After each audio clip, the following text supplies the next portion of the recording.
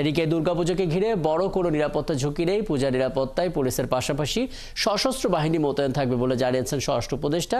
নিরাপত্তা ঝুঁকি না দেখলেও সতর্ক আছে আইন শৃঙ্খলা রক্ষাকারী বাহিনীও। দৃশ্যমান নিরাপত্তার বাইরে সাইবার জগতে গুজব ঠেকাতেও চলছে নজরদারি।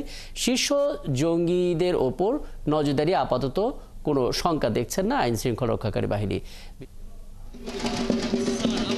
আগামী 9 অক্টোবর মহাষষ্ঠী দিয়ে শুরু হচ্ছে সনাতন ধর্মাবলম্বীদের সবচেয়ে বড় ধর্মীয় উৎসব শারদীয় দুর্গাপূজা।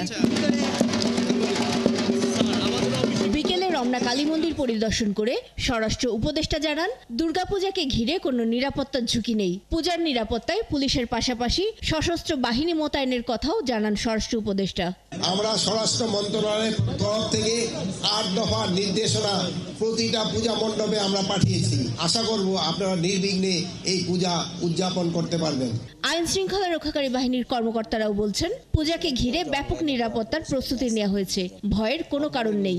আমরা মূলত 10টা থেকে 15টা পূজা মণ্ডপকে করে একটা করে ফোকাল পয়েন্ট করছি আমরা র্যাবের পক্ষ থেকে, এবং সেখানে একটা মোবাইল নাম্বার দেওয়া থাকছে যাতে আমরা কুইক রেসপন্স হিসেবে কোথাও যদি কোনো ধরনের সমস্যা হয় যাতে আমরা সেখানে সাথে সাথে সেখানে তৎক্ষণাৎ ব্যবস্থা নিতে পারি। সাদা পোশাকে কিন্তু আমাদের পর্যাপ্ত সংখ্যক পুলিশ সদস্য নিয়োজিত থাকবে। এর পাশাপাশি বোম ডিসপোজাল টিম, তারপরে সোয়াট, quick response team, crisis response team, এই সমস্ত ইউনিটগুলো কিন্তু আমাদের সতর্ক অবস্থায় থাকবে। এই উৎসবকে ঘিরে অনলাইনে গুজব ঠেকাতে চলছে কঠোর সাইবার নজরদারিও। পূজাকে ঘিরে সামাজিক যোগাযোগ মাধ্যমে এক ধরনের উস্কানি রয়েছে।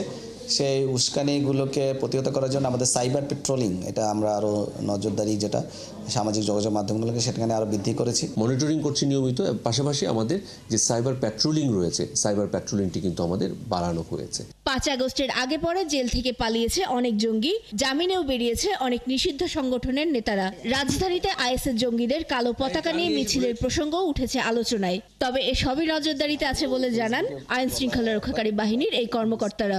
এখন পর্যন্ত এ ধরনের জঙ্গি হামলার কোনো ঝুঁকি আমাদের গোয়েন্দার কাছে নাই, এবং আসলে যারা জামিনে বেরিয়ে আসে তাদের উপর আমাদের নজরদারি রয়েছে। তারা যদি আবার এই জামিনে বের হয়ে যদি আবার কোনো ধরনের অপরাধমূলক কর্মকাণ্ডে জড়িয়ে পড়ে, তাদের সাথে সাথে আমরা যাতে আইনের আওতায় এনে সে ধরনের প্রচেষ্টা আমাদের রয়েছে। আমরা এই পূজাকে কেন্দ্র করে কোনো ধরনের ঝুঁকি দেখছি না, তবে আমরা সমস্ত বিষয়গুলোকে অ্যানালাইসিস করে সকল কিছুকে নিয়েই কিন্তু আমরা আমাদের নিরাপত্তা পরিকল্পনা করেছি। যে কোনো ধরনের অপরাধমূলক কর্মকাণ্ডে যদি তারা সম্পৃক্ত হয়, সাথে সাথে কিন্তু তাদেরকে অ্যারেস্ট করা হবে, কারণ তাদের প্রতি কিন্তু আমাদের নজরদারি বাড়ানো হয়েছে। নিরাপত্তা সংক্রান্ত যে কোনো তথ্য দিতে জরুরি সেবা 999 অথবা কাছের থানায় যোগাযোগের আহ্বানও জানান তারা।